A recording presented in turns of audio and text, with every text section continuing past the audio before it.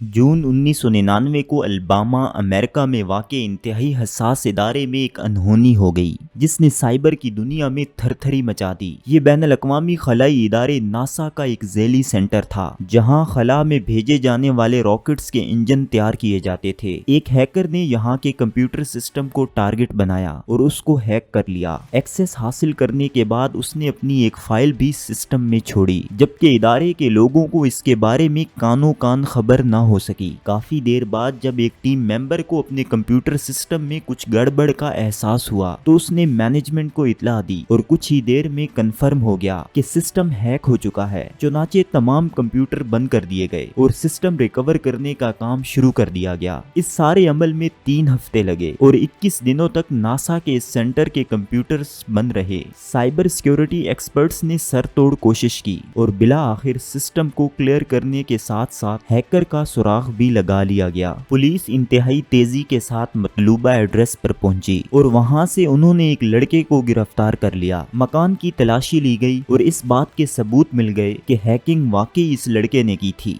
ये 15 साल लड़का जोनाथन जेम्स था जिसको बचपन से कंप्यूटर के साथ इश्क था। उसका बाप एक प्रोग्रामर था और प्रोग्रामिंग का शौक उसके अंदर भी पैदा हो गया। शुरू में वो कंप्यूटर्स पर गेम्स खेलता रहा, लेकिन फिर एक दिन उसको सी लैंग्वेज सीखने का शौक चढ़ा और फिर दिन रात वो कंप्यूटर के सामने बैठने लगा। जब वो पूरी तरह इस चीज में माहिर हो गया तो उसने हैकिंग शुरू की। पहले उसने चंद छोटे इदारों को टारगेट बनाया और बड़ी आसानी के साथ उन्हें हैक किया। उसको बड़ा मजा आया और फिर तो उसको चस्का ही लग गया। एक दिन उसके जहन में ख्याल आया कि कोई बड़ा शिकार मारना चाहिए। चुनाचे उसने अल्बामा में वाक़े नासा के इस सेंटर पर साइबर हमला करने का फैसला किया और अपने इस मिशन में वो कामयाब भी हो गया। जोनाथन जेम्स ने अगरचे ये वारदात सिर्फ लुत्फ अंदोज होने के लिए की थी, लेकिन इस वाक़े के बाद अमेरिकन इंटेलिजेंसिया के कान खड़े हो गए। वो इस वजह से इंतहाई परेशानी का शिकार हो गए कि अगर नासा जैसा इदारा साइबर हमलों से महफूज नहीं तो फिर बाकी मुल्क कैसे महफूज रहेगा। चुनाचे जोनाथन जेम्स को गिरफ्तार करने के साथ साथ उन्होंने फौरी तौर पर साइबर सिक्योरिटी को अपडेट किया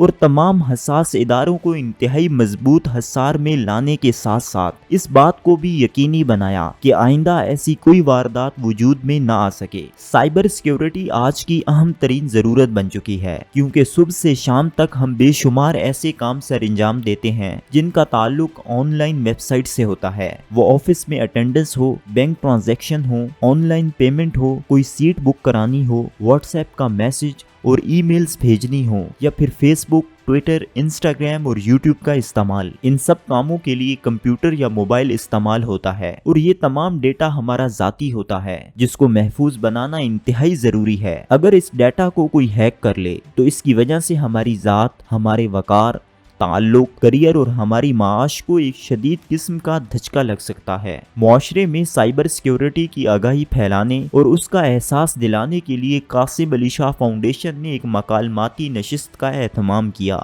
जिसमें शोबे तालीम और साइबर सिक्योरिटी से ताल्लुक रखने वाली शख्सियात ने शिरकत की और इस मौजू पर बेहतरीन अंदाज में रोशनी डाली। इस नशिस्त के अहम नुकात आपके सामने इस वीडियो में पेश किए जाते हैं। नंबर 1, ऑनलाइन मौजूदगी फायदामंद। लेकिन आज के दौर में कोई भी शख्स अगर किसी शोबे में महारत रखता हो या फिर कारोबार करता हो तो उसके लिए ऑनलाइन मौजूदगी बहुत जरूरी है, क्योंकि ऑनलाइन प्लेटफॉर्म से इंसान अपने रोजगार को कई गुना बढ़ा सकता है और अपनी आमदन में इजाफा कर सकता है। ऑनलाइन बिजनेस में जहां तरक्की के शानदार मौके मौजूद हैं, वहीं एक खतरनाक मसला भी है। कोई भी फर्द ऑनलाइन प्लेटफॉर्म पर अपना डाटा डाल देता है तो इसके बाद इस बात का भी इम्कान होता है कि कोई इस डाटा को हैक कर ले और इससे माली फवाइद हासिल करे या फिर इसका गलत इस्तेमाल कर ले। इस वजह से ऑनलाइन इंफॉर्मेशन को महफूज बनाने के लिए साइबर सिक्योरिटी को यकीनी बनाना जरूरी है। नंबर 2, साइबर और क्राइम में फर्क। साइबर क्राइम में रिपोर्ट होने वाले केसेस में काफी पेचीदगी होती है। आम क्राइम में तो बाकायदा तौर पर एक क्राइम सीन होता है, पुलिस आती है और मौके वारदात से शवाहिद इकट्ठे कर लेती है, लेकिन साइबर क्राइम में क्राइम सीन नहीं होता। अगर केस की FIR दर्ज भी हो जाए तो IP एड्रेस मिलने के बाद ही उस पर एक्शन लिया जाता है, जिसमें काफी वक्त लगता है। बाज औकात ऐसा भी होता है कि एक बंदे के साथ साइबर क्राइम हो चुका होता है लेकिन उसको कई महीनों बाद पता चलता है कि मेरा ذاتی ڈیٹا کسی نے چرا لیا ہے۔ اس کے لیے ضروری ہے کہ انسان ان قوانین سے خود کو باخبر رکھے جو سائبر کرائم کے متعلق موجود ہیں، اور جو بھی بزنس کرے اس کو قانونی طور پر اپنے نام کروا لے تاکہ کوئی بھی مسئلہ ہو تو وہ قانونی کارروائی کا مکمل اختیار رکھے۔ نمبر 3، ادارے کیا کریں؟ قانونی ماہرین کے مطابق اداروں کی طرف سے سائبر کرائم کے ضمن میں ایک بڑی شکایت یہ آتی ہے کہ ہمارے ملازم نے ہمارا ڈیٹا ہماری اجازت کے بغیر استعمال کیا۔ جب اداروں کے مالکان سے پوچھا جاتا ہے کہ کیا نوکری دیتے وقت انہوں نے اپنے ملازم کے ساتھ یہ معاہدہ کیا تھا کہ وہ کمپنی کے ڈیٹا کو ذاتی استعمال میں نہیں لا سکے گا، تو ان کا جواب نفی میں ہوتا ہے۔ ضرورت اس بات کی ہے کہ ہائرنگ کرتے وقت ادارے اپنے ملازمین سے یہ بیان حلفی لیں کہ وہ پروفیشنل ڈیٹا کو کمپنی کے علاوہ استعمال نہیں کریں گے۔ اس طرح ادارے کی لیگل سائٹ محفوظ ہو جائے گی، اور پھر کل کو اگر سائبر کرائم کا واقعہ پیش آتا ہے تو وہ عدالت جا کر اپنے حق کا مقدمہ لڑ سکتے ہیں۔ Number 4، SOC security operational centre ہر ادارے کی بنیاد انفارمیشن پر ہوتی ہے۔ ادارے میں موجود تمام کمپیوٹرز ایک مخصوص لاگ ان سے منسلک ہوتے ہیں جنہیں ادارہ محفوظ بنانے کی کوشش کرتا ہے۔ ایسے میں SOC انتہائی اہم کردار ادا کرتا ہے۔ اگر ادارے میں کوئی ایسی سرگرمی ہوتی ہے جو کہ بغیر اجازت ہو تو SOC کی مدد سے اس کا سراغ لگایا جا سکتا ہے اور ادارہ بڑے نقصان سے بچ سکتا ہے۔ لیکن اگر ادارے میں موجود کمپیوٹر کی سرگرمیاں کسی جگہ پر جمع نہ ہو رہی ہوں تو پھر ایسا بھی ہوتا ہے کہ کوئی ایک بندہ ادارے کا سسٹم ہیک کر لیتا ہے یا اس میں کوئی وائرس چھوڑ دیتا ہے اور ادارے کو کئی دنوں بعد پتہ چلتا ہے۔ نمبر 5،